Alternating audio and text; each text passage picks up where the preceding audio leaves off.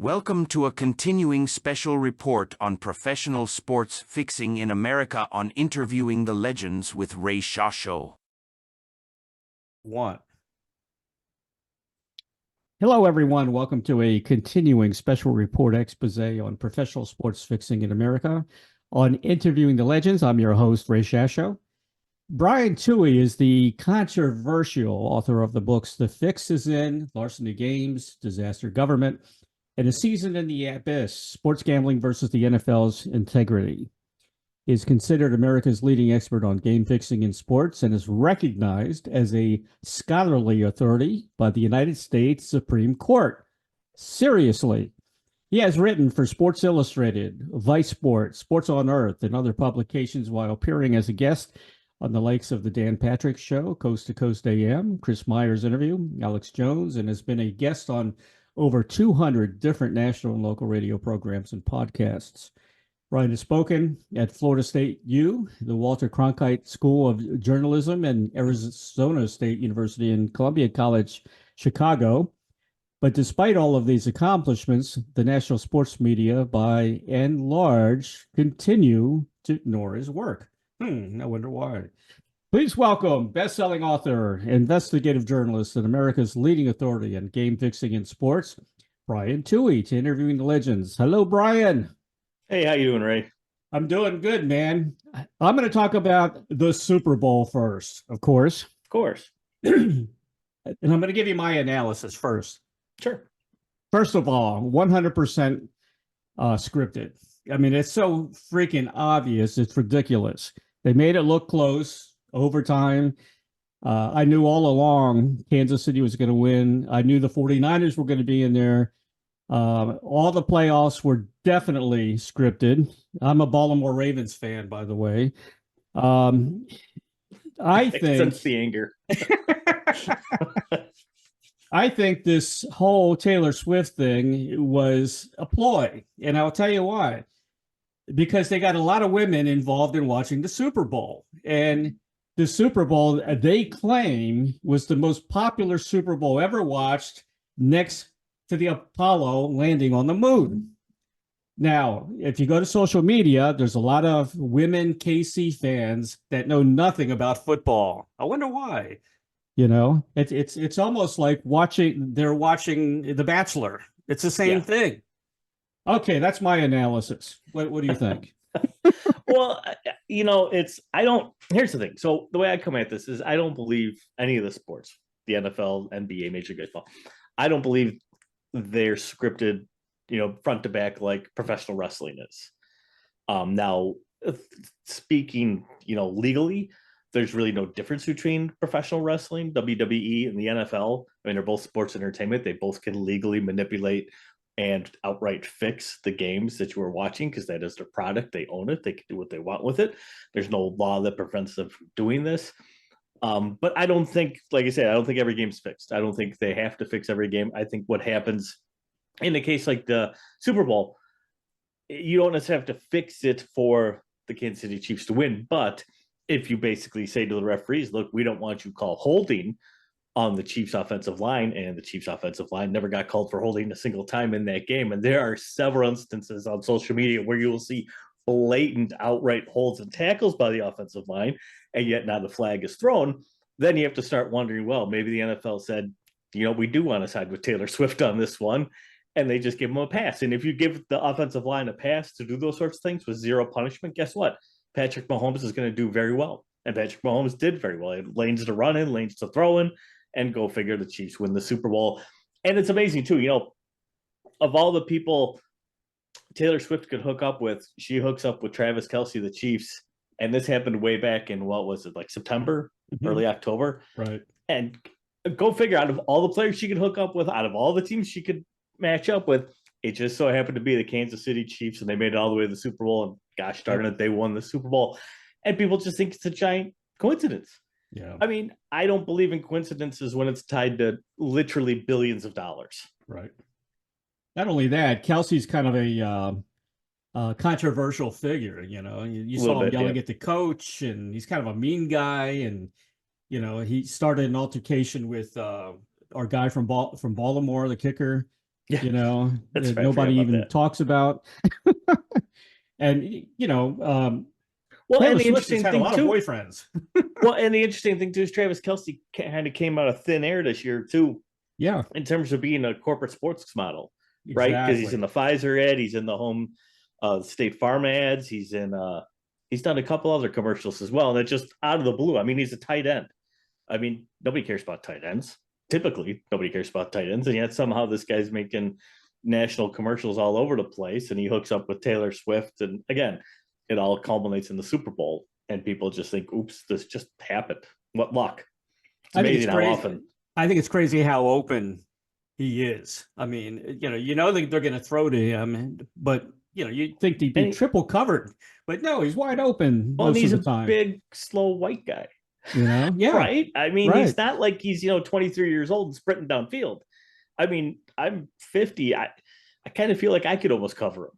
I think I'm you not that can. big. I mean, I think you could tackle better than the Eagles did against the Buccaneers. there's some of that too. Yeah, the effort sometimes put up by some of these players is a little less than 100%. I'm in the Tampa Bay area. My son went to that game, and it was so obvious. These guys, I mean, what's sloppy tackling for a team like the Eagles? And I'm a Bucks fan, but I admit it, something was wrong in that game. It just didn't look right to me.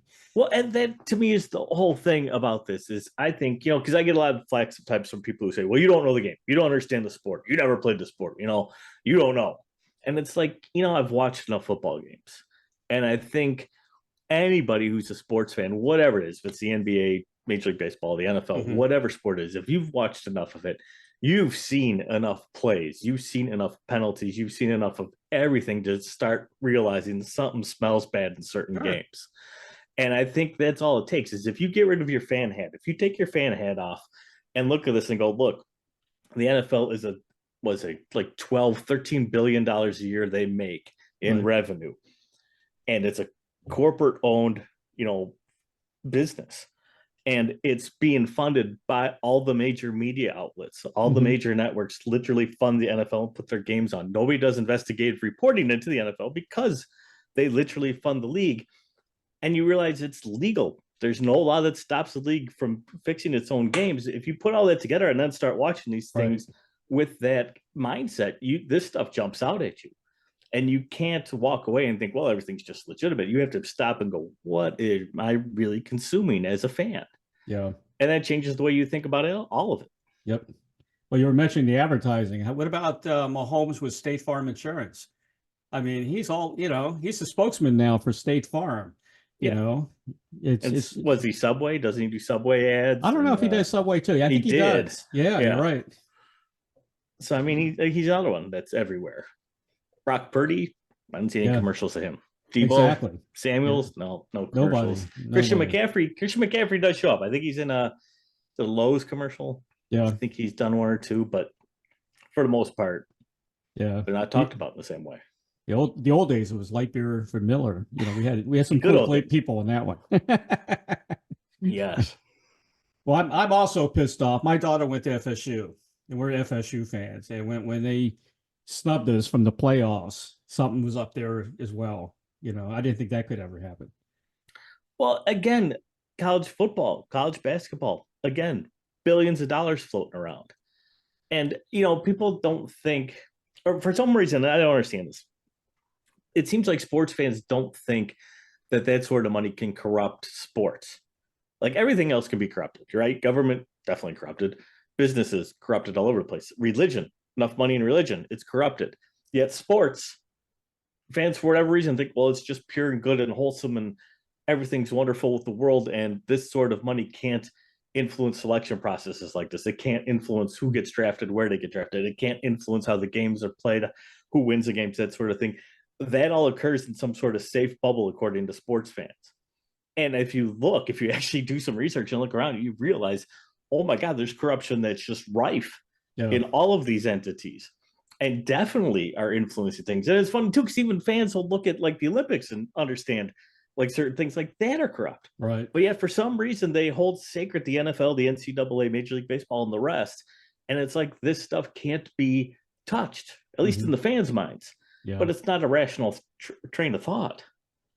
I don't think they want to believe it. That's all they have. They don't have anything else to do. That's what it is. It's like, people who watch The Bachelor and think, oh, that's 100% true. They're going to find true love at the end of the season. I just know it. I mean, it's the same thing. It is the same thing. And it really is the same thing. That's the scary thing is, again, legally speaking, they can manipulate The Bachelor any way they want. The same they can manipulate a basketball game any way they want. It's the same thing. Exactly. I got to ask you this. I had a lot of people asking me to ask you about this question. And that's is it true that the receivers do have these magnetic gloves and the football can be magnetized? Is that true? Or what do you think about that? Well, there's an ad. There's a commercial for the product. It exists. Really? Huh. The question is it being used in the NFL in any way, shape, or form? I mean, there's a video I saw on Twitter. They were talking about it. God, it was it was a foreign country. It might have been Australia. I can't remember, but they were talking about the reason, I think it was Australia, because they can't use NFL receiving gloves like in Australian rules football. And the sports commentator was showing he would put on like a regular, typical type of glove that a player might use, and he was bouncing either basketball or soccer ball, and he was trying to catch it with one hand. He would bounce it, try to catch it, and he couldn't do it. He had another guy try to do it, and that guy couldn't do either. And he put on a wide receiver glove from the NFL. He bounced it and he palmed it like no problem. Wow. And he was just showing that the tackiness, the stickiness just on the regular glove was unbelievable. And that's why they outlawed it down there, because it made catching too easy. Yeah. Which of course then begs the question is, why do so many guys drop the football when it hits them square in their hands? But there is a product out there where it's like a glove with magnets in it and a football with magnets in it, and if you throw it, it sticks to your hand like there's nothing to it. There used to be a game. It was Velcro, and there was a Velcro ball, and you used to throw it back and forth. Yeah, I remember that. It's the same kind of thing, yeah. But I mean, that's one of those like conspiracy theories, right, that I like to play around with. I mean, the problem I always, I get lumped in with conspiracy theorists because, well, you can't prove the games are fixed. Yeah, I know, I get that, but I've done a lot of research. I've been doing this for 15 years. I wrote books. I've put all the evidence out there. Yeah, I can't prove it because Peyton Manning hasn't, said on ESPN, yeah, I fixed the Super Bowl. Mm-hmm.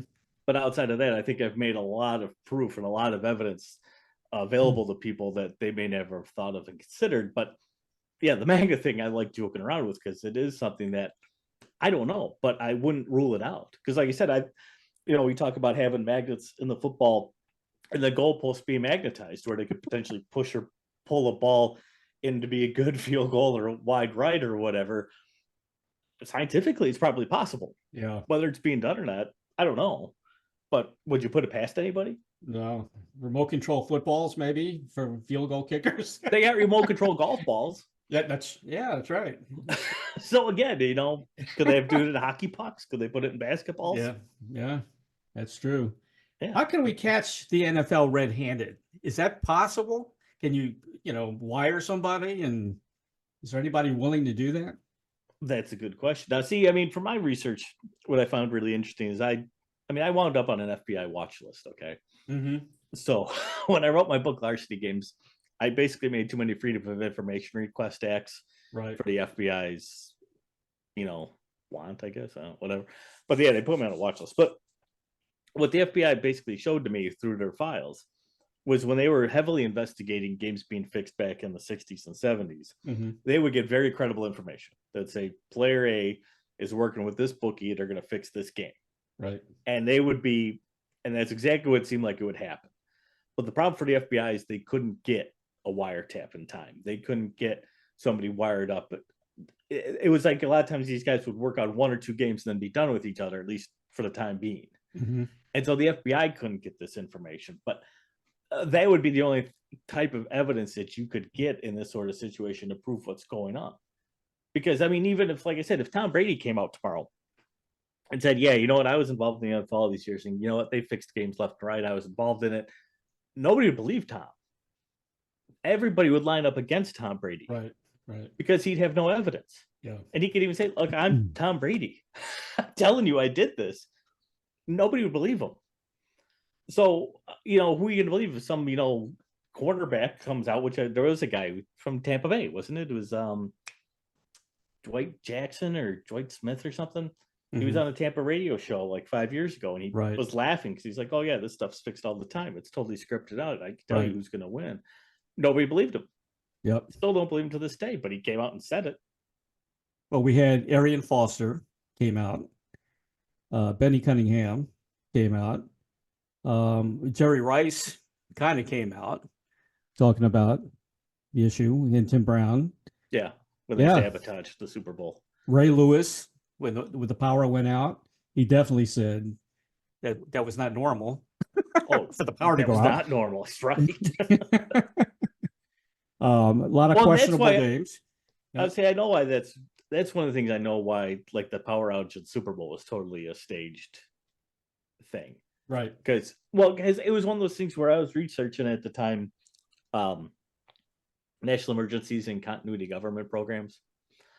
And I had gotten a lot of stuff from the Department of Homeland Security, and they had done like heavy research into like terrorists attacking sporting events and how they might do it and that sort of thing. And there was like warnings and all these things. And then you have obviously the most watched television program every year, heavily attended Super Bowl event, and the power goes out in the middle of the third quarter, essentially. Right. And nobody panicked. And that's why I was like, they did that on purpose. Because like Roger Goodell never got out of his seat. Nobody freaked out. They're all just sitting there like, okay, here it is. Power's out. Yeah. That doesn't happen. I mean, it only happened, I think, was it 3 major sporting events that's ever happened in like the history. One was the famous Wisconsin Las Vegas UNLV football game where they're pretty sure the mob knocked out the power so they didn't lose their bets. The other one was when, and I don't even think it actually called it power outage, but when that transformer blew up outside of Candlestick Park during Monday Night Football, right when they were saying, "Oh, we need a new stadium because this one's old and dilapidated," and kaboom, Monday Night Football. Like that was an accident too. And the other one's a Super Bowl. And supposedly the power went out in the Super Bowl because the thing that they installed into the Superdome, which was newly reconstructed after Hurricane Katrina, the exact thing they installed to make sure the power didn't go out was supposedly the thing that failed and caused the power to go out.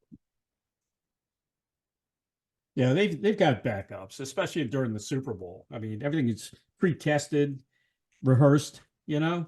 Well, and they blamed, I think it was Beyonce played that year. They blamed her lighting on causing the power outage. Sure. How did her lighting cause the power outage 10 minutes after she was gone? Exactly. That's like crazy. saying my Christmas tree knocked out my power. Yeah, it's February. Where's your Christmas tree? That's what knocked out the power. That's funny. Do you think sports announcers and sports writers, do you think they know what's going on? Yeah. They do. I don't think they're that naive. Yeah. I mean, I was on Chris Meyer's show. Right. And he was kind of incredulous, a little incredulous with me, but outside of the show, a little different. Yeah. Well, that's and there's job. been other and there's other sports writers and whatnot. I've had arguments with some, but I've had plenty that kind of like wink, wink, nudge, nudge. Yeah. I'm with you. I feel you. Well, but they won't say it. But yeah. See, it bothers me because I'm a big sports nut from way back. And it's if it's not legit, what's the point of watching the game? You know, it's you're getting ripped off. Basically, we're getting ripped off. But it's funny because, one of the, I think the absolute proofs that proves I am 100% correct, and people don't want to admit to it, but in the NBA, we know teams tank games for draft picks. Yep. And Mark Cuban, who owns, does he still own the Dallas Mavericks or did he sell them? He sold it, or most of it. Yeah. When he owned them, he went on the Dan Patrick show and he went on another podcast at a different time and literally said, "I told my team it's in their best interest to lose," or actually our best interest to lose. So it's the owner told basically the general manager, told the head coach, told the players, "We want to lose." And they went out there and did just that.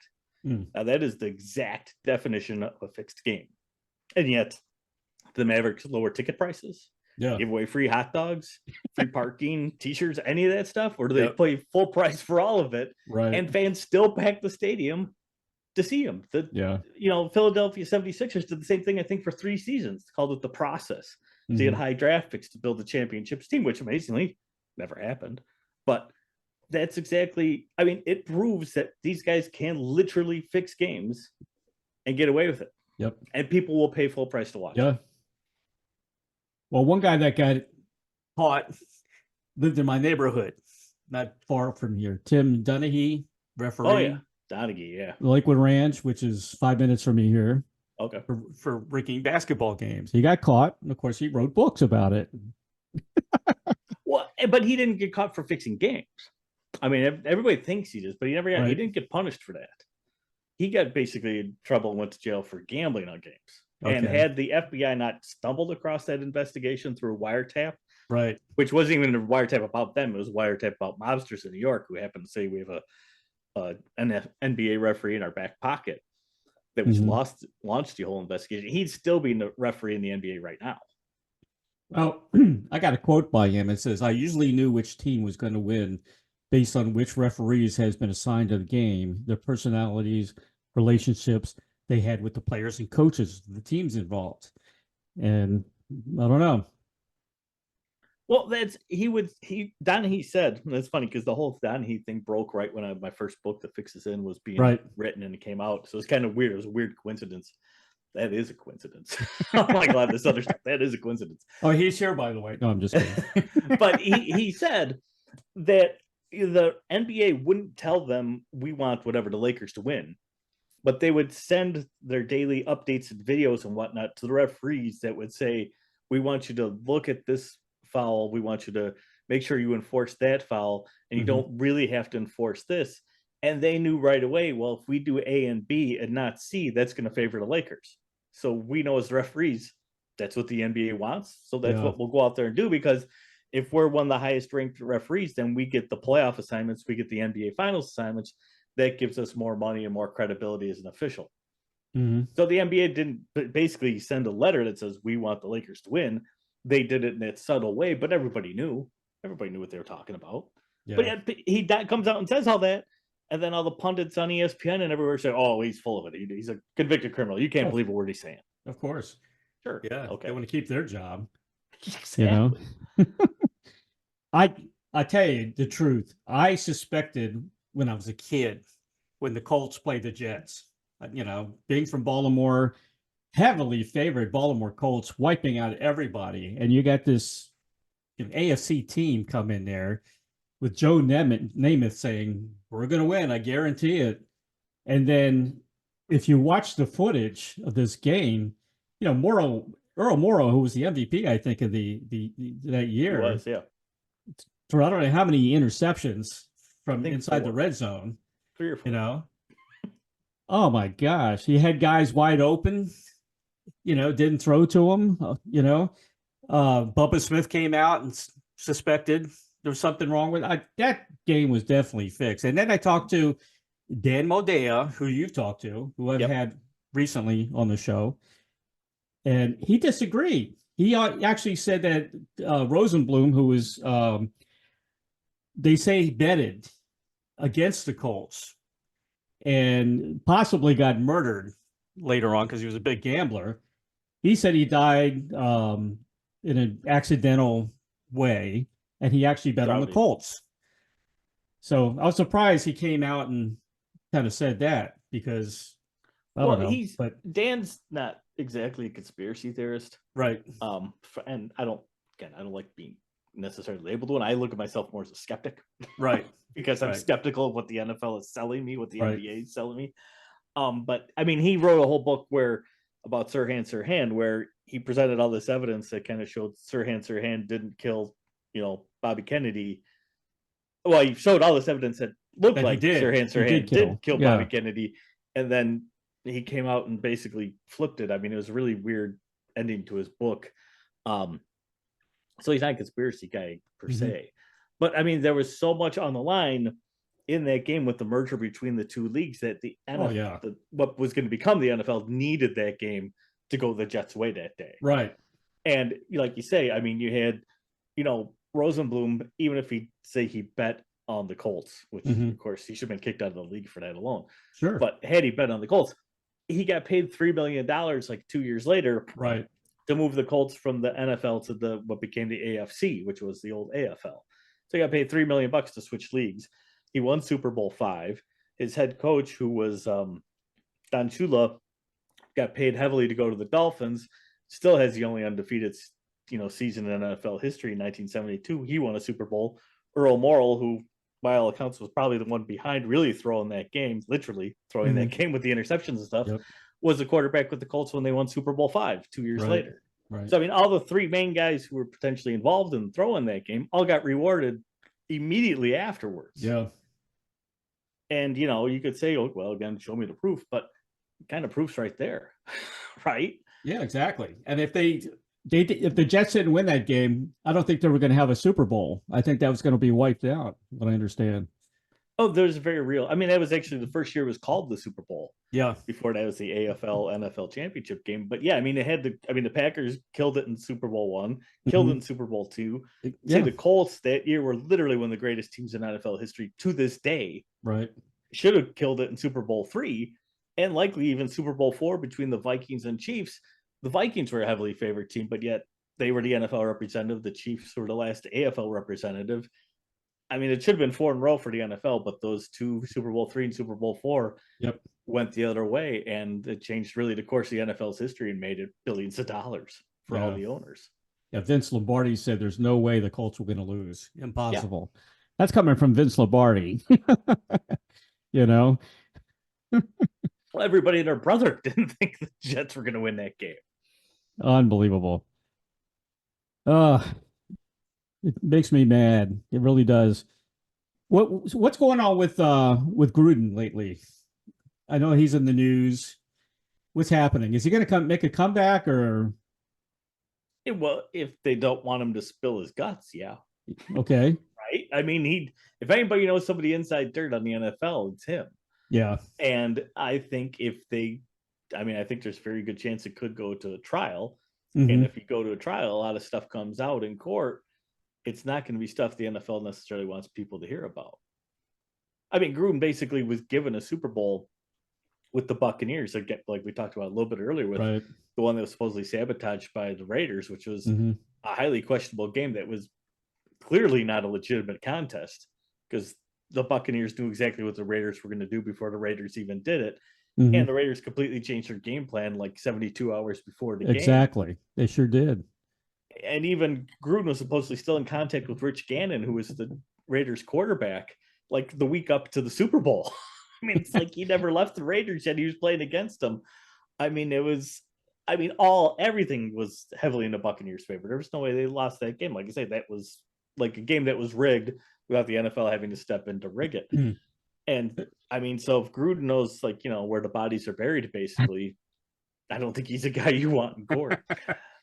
I think there's a lot of accusations on Bill Callahan. Mm-hmm. Yeah.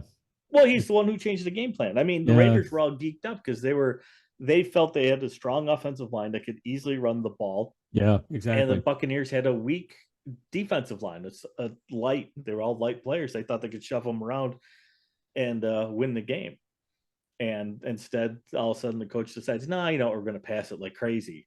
And that was it just destroyed them. There's a lot of games we can mention that were suspect and to me look scripted. But what they never talk about, I never hear, is the 87-88 AFC championship game with the Browns and Broncos when Ernest Biner fumbled the ball at the goal line. Yeah. And then, of course, Ernest Biner went to the Redskins. The Redskins beat the Broncos in the Super Bowl. And then he made it big time with the Redskins. And win a Super Bowl. But I don't hear a lot of people talking about that one for some reason. It's one of those that people, I think, forget. And I think there's a lot of plays like that. I mean, I think there's a lot of things that people time heals a lot of wounds.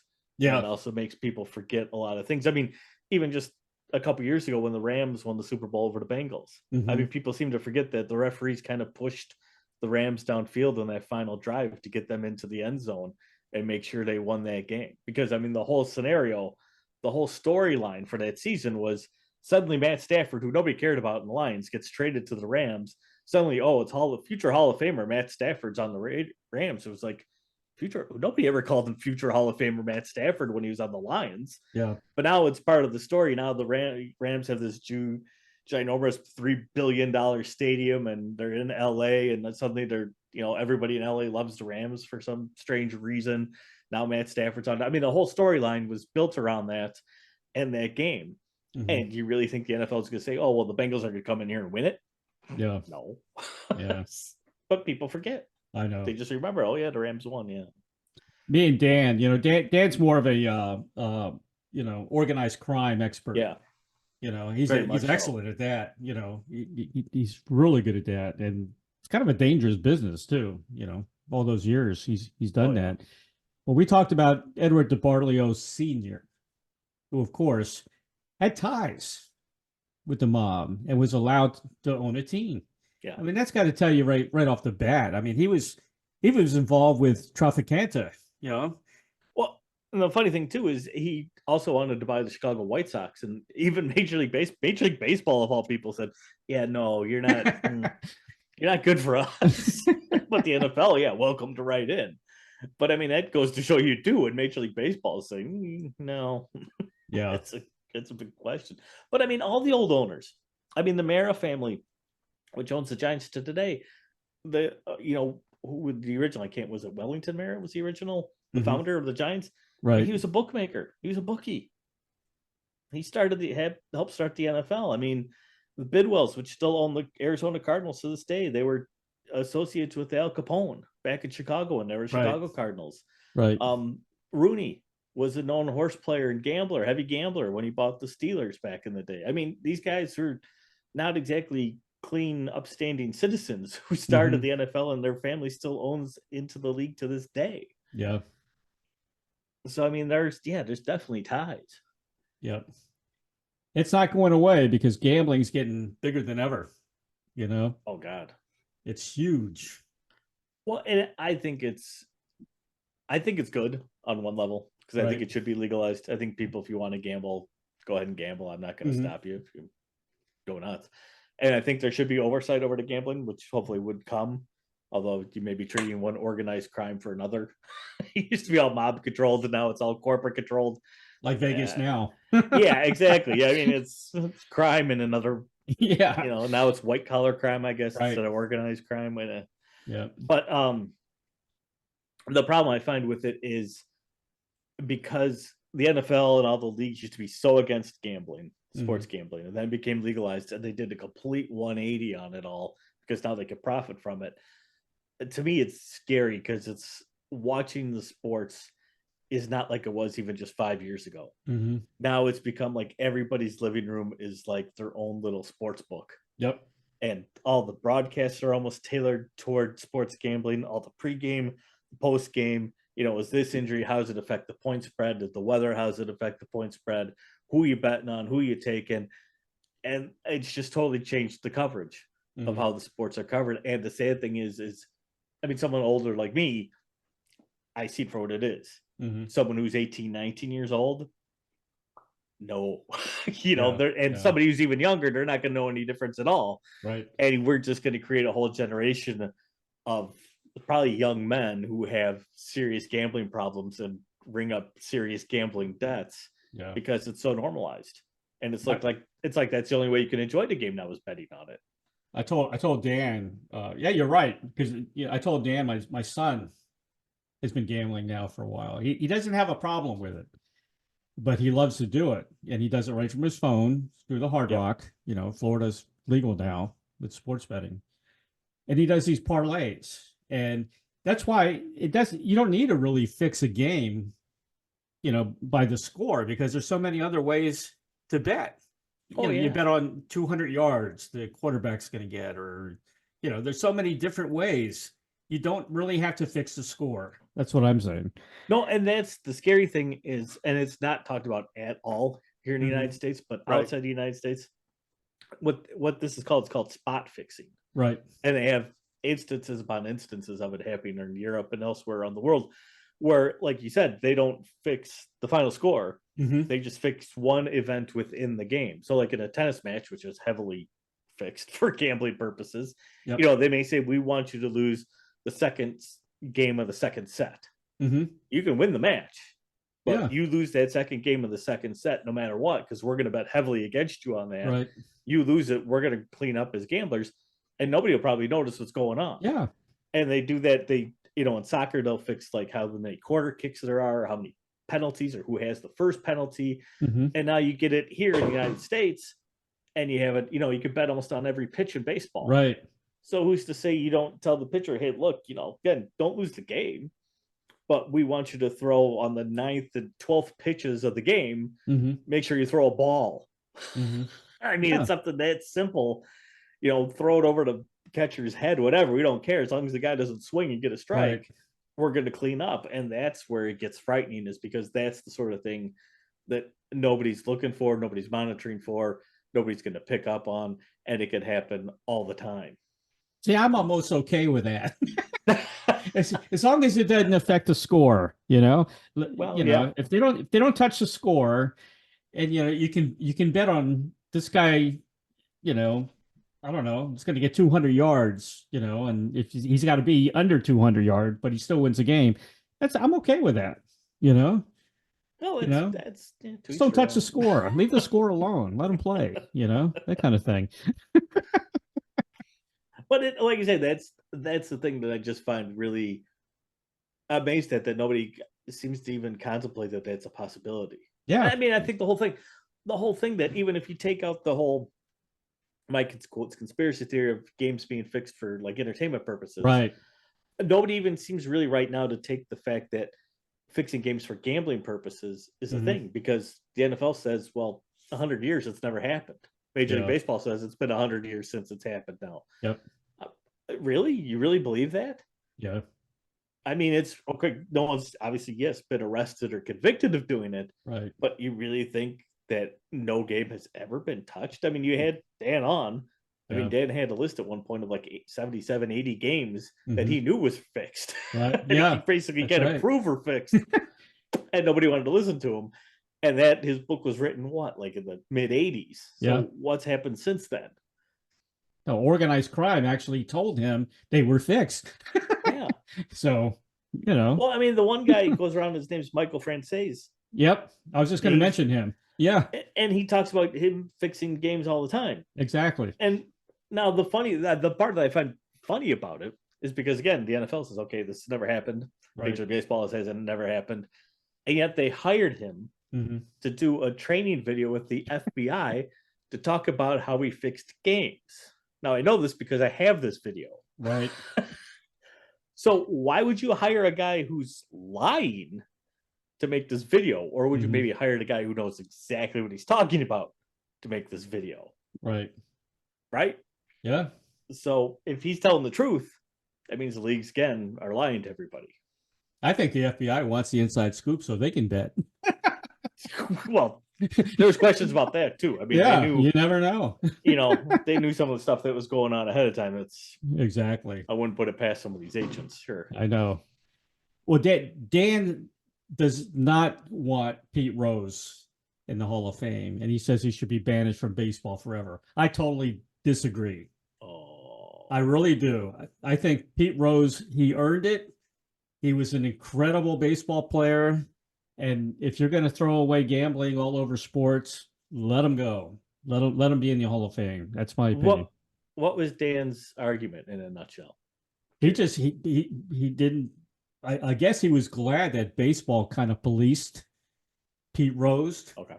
Because nobody else is policing, So here's the thing. So, Pete Rose was investigated for gambling on baseball while he was a player in the early 1970s. Right.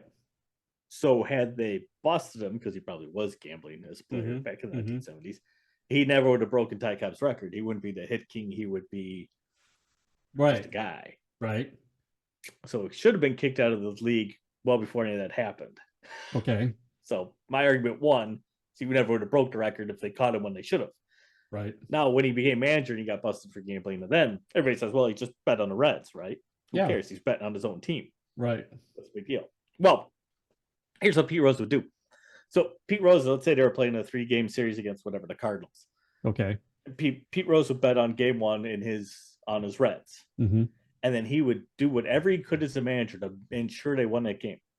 He would burn his bullpen out. He would use backup players. He would manage the hell out of that game to win it because he bet on it. Right. Now, come game 2, you may think, well, my starting pitcher had an advantage, so maybe he bets on the Reds again in game 2, and he does the same thing again. He'll burn through his closer to make sure he wins that game, whatever.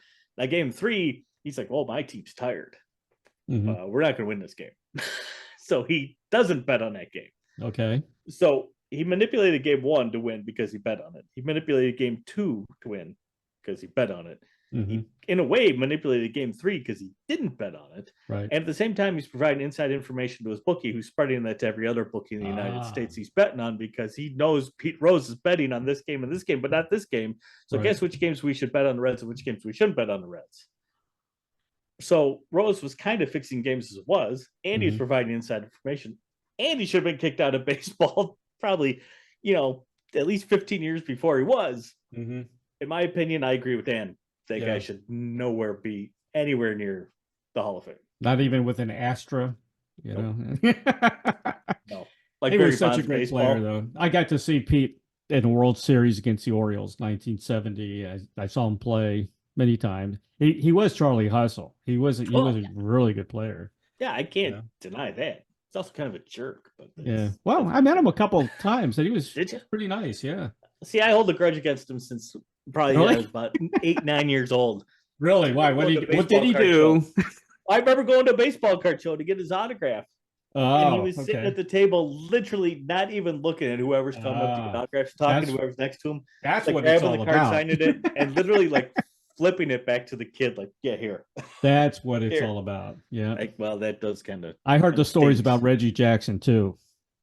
Yeah. Like what? Bad, same thing, same kind of thing. Not signing an autograph. Get away from me, kid. Real stories. So that's why my hero's always been Brooks Robinson, the most humblest guy. He'll sign 1 million autographs. I even played with him at fantasy camp.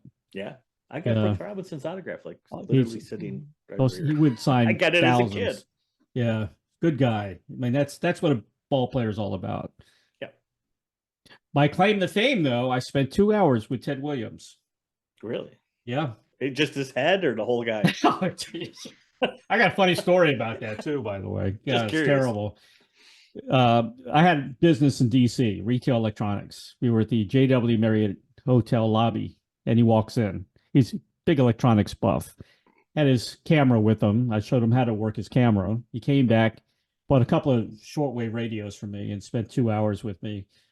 And he asked me, he says, son, what time do you close? I said, Mr. Williams, I close when you're done shopping. He says, well, God damn it, you should be a politician. That's how he talked. He was like a John Wayne and everything. He used the F word a lot too. But we took a picture with my mom. My mom was working there too. And she took a lousy picture or something. And I think she cut his head off in the photo. And he says, well, God damn it, little lady, you cut my goddamn head off. It's a little ironic. A little bit. Yeah. That's a weird story, too, by the way. And it's a terrible story. How they going to put his head back together again on a body, I don't know. Well, what was that movie with, wasn't it Roosevelt Career, where they grafted his boss's head onto his body? No. Bad 70s. Oh, yeah. The movie, right? Yeah. Maybe that's what he was hoping for. He saw They're that going movie, way back. That's a good idea. Your shirt, is that the 1966 Batman? Adam West? Exactly. That's the only one that matters, really. Oh, yeah. Yeah. I was a big fan of Batman at 66. Big time. What do you got going on? Are you writing another book? No. Not No. No. Why? To write another sports book seems redundant, to be honest with you. I mean, I've written 4 of them. You're capped out. Yeah, in a way, it's like, how many times can I explain to fans how this works? Mm-hmm. I mean, how many different examples can I give you of, here's A, B, C, D, E, F, G, H, I. I believe it adds up to J. And, people go, oh, you're just making this stuff up.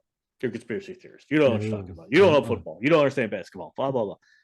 Okay. Here's everything I got. I put it out there. Like I say, I wrote the fixes in 2010. Right. I released the sequel, came out in 2019. The fix is still in.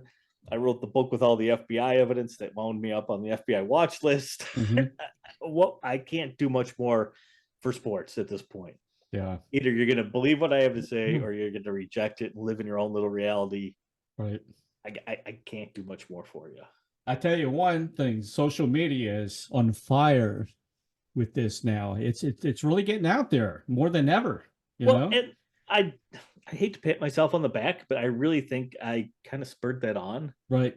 I mean, like I say, I know nobody's written a book like I wrote with the original fixes in. Nobody's ever done that. And I know I've seen people have sent me videos like, hey, you should check out this video, you should check out that video. And I've seen people literally like quote what I've done and give me zero credit for it, which I kind of bothersome. Yeah. But at least it's spreading the word. And I mean, I think that's the big thing is I think it, like you said, it kind of ignited the spark and people have ran with it. I know there's people who have, millions of views on YouTube because they break down how the NFL fixes games and stuff. And people say, well, why aren't you doing that? And one of the reasons is I'm lazy.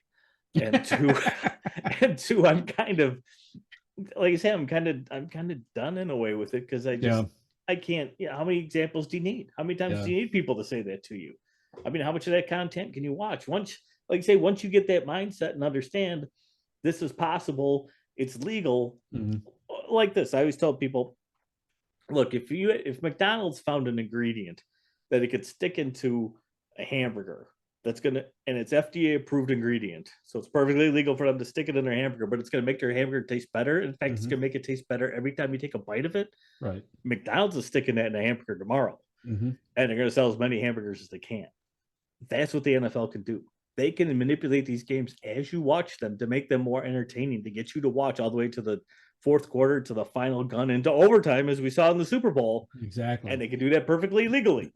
So why wouldn't a billion-dollar business do that? Right. Because are you going to really believe it's their integrity? Yeah. The NFL and NBA's integrity is stopping them? Come on, people. Yeah. So that's what I mean. What more can I tell you? That's it. I got to ask you real quick about, I'm a huge fan of hockey. What do you think about the NHL? Because that's got to be a little bit tougher. I mean, the referees would probably be able to do something there, but. Well, I think the hardest one to fix, I think, is baseball. Because you can't, if the ball goes over the fence, you can't throw a flag. Right. Say, no, we're bringing that home run back. That one doesn't count. Hockey, occasionally there's been some iffy, that was a goal. Right. Kind of called the penalty. That kind of thing. But what blew my mind, and I just found this a couple years ago. I think I did put it in my last book, but there was a book written called it was written in the late 60s called like Hockey, the World's Fastest Game or something like that. And only in the first edition of the book, because there was multiple editions, but in the first edition, there's a chapter toward the end of the book that quoted 3 different NHL referees who literally said in the book, the NHL told them to fix games. And basically, if you like certain things, like if you played against the Canadians in Montreal, you did this because you had to guarantee this would happen. And it was going back again to the 1960s in the NHL. And it's like, if they were doing it back then, and we talked about Super Bowl III, which again was the 1960s, why would you stop? Yeah. Nobody's stopping you. Yeah. So, I mean, 50 some odd years later, I mean, if the NHL was doing that back in the 60s, who's to say they're not doing it now? Because once you got that play in your back pocket, keep rolling with it. Yeah, I've seen a lot of suspect calls by the refs, overturning goals, that kind of thing. Well, and that's the thing is, it's all subjective. Yeah. Right? I mean, pass interference, subjective. Holding, subjective. And you can always say, well, I didn't see it. Yeah. I mean, you can see the video where the ref's looking right at it, but you can say, well, I didn't see it. Well, there was that one ref that apologized after the game was over, right? It's happened a couple times. I mean, the biggest one, I didn't see it. Yeah, the biggest one I think was after the Seahawks lost the Super Bowl to the Steelers. Exactly. And but it's about 2 years later, the referee came to him and said, "Yeah, we kind of blew that. Sorry." Yeah. But there's a lot of that. I mean, the NBA, that's how Donahue did his whole thing, because it's all subjective. Is that blocking or is it a charge? Yeah. Which way do you want it to go? Who would you bet on? That's what influences the call. Recently, I was wondering about Ovechkin. You know, he wasn't scoring this year. I mean, now Yeah. he's on kind of on the streak. And I was thinking, you know, I wonder if they don't want him to break the record because he's Russian and, you know, Gretzky's Canadian, you know, It and wouldn't surprise I thought me. about that. Yeah, I mean, it really wouldn't surprise me. But at the same time, you got to remember the NHL basically has stopped allowing Canadian teams to win the Stanley Cup, period.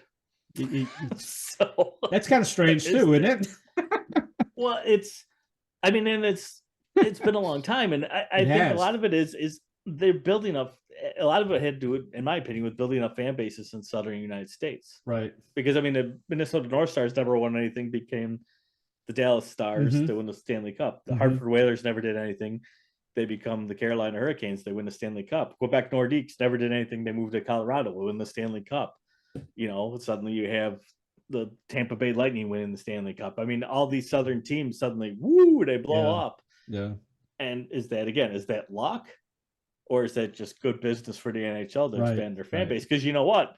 They know Canadians are going to watch the game. Yep. Doesn't matter. Even if they don't have the Maple Leafs, they don't have the Canadians in there, they're still tuning in. But American fans, you know, if the Stanley Cup's Montreal against Winnipeg, maybe nobody's tuning in. We got a huge fan base here in Tampa Bay. Oh, yeah. Games are always sold out. You know, it's amazing. We can't draw baseball. We can't draw people here to the stadium for the. It's a good team too. The Rays are a good team. You know, that is weird. But hockey is sold out. You know, that is a really weird thing. I don't understand that one either. To be honest, I mean, I don't get it. I had an explanation for that because that was. But spring training games are all sold out. You know, we got the Orioles here, we got the Pirates here. They're always sold out. Yeah, yeah. But yeah, the real team, like you said, isn't a bad team. It's a good team. Cares. Yeah. I don't get it. Brian, I thank you so much, man, for being on the show today. Keep writing, though. I mean, I'm writing another book. I'm an author. I've written several books, mainly on rock and roll and growing up in the family business, but I'm turning to fiction. I want to have some fun. Well, I used to, before I did this, I was trying to write screenplays. Do it. Well, I have. I just haven't nobody to produce them. That's a problem. I wrote a sitcom based on my first book, a comedy sitcom, you know, but it's hard to get, you know, an edge. And you got to know somebody who knows somebody. Got to know somebody. That's Hollywood. That's what I learned. Yep. Although really it came down to, it was between my screenplay and the movie Dodgeball. Okay. And obviously my screenplay lost because they made Dodgeball, and I've never watched Dodgeball in my life because I still hold the grudge against Ben Stiller at that film. But that was that close moment. And that was before I started doing all this. That's kind of what led to this, maybe in a way. Maybe it's a good thing. Maybe it helped America. Maybe Dodgeball and Ben Stiller helped America spread the Fixes It news. I don't know. Yeah. Well, can you sue him? Probably not. Probably statute of limitations. Yeah. Do you still have the script? Do you have the? Yeah, I do have the script still. You do. Yeah. Can you prove that it was done before Dodgeball? It's a good question. I don't know. Yeah. I think I registered it with the Writers Guild, so I might have it. That's good. That helps. That helps. All right. Start the lawsuit. Ben Stiller, we're coming after you. I want to say buy all of Brian's books. They're incredible. They're all available on Amazon.com. The Fix is in. The Fix is still in. A Season in the Abyss. Sports gambling versus the NFL's integrity. Larceny Games, sports gambling, game fixing, and the FBI, which you almost got in trouble with. Disaster government, national emergencies, continuity of government, and you. Was that all of them? Is there any more? Yep, that's the 5. That's all of them. Okay. And to contact you, www.thefixesin.net. You're on Facebook, Twitter, YouTube, and LinkedIn. Really on Facebook. No, you're not doing Facebook? Okay. I haven't been on Facebook in like 3 years. All right. I don't like Facebook. Twitter. A lot all over Twitter. Twitter? Yeah, everybody's X. all over Twitter. I guess it's X now. I know. That's kind of weird, isn't it? X? I know. Where do you get that Especially from? because the website's not X. It's Twitter. It is. So never figured that out. No, I don't get that either. Yeah. I appreciate it, man. Thank you, Brian. No problem, Ray. Good luck to you. It's been a pleasure. And if you ever need me again, you know where to find me. I do. Take care. You have a good night. All right, you too. Bye-bye.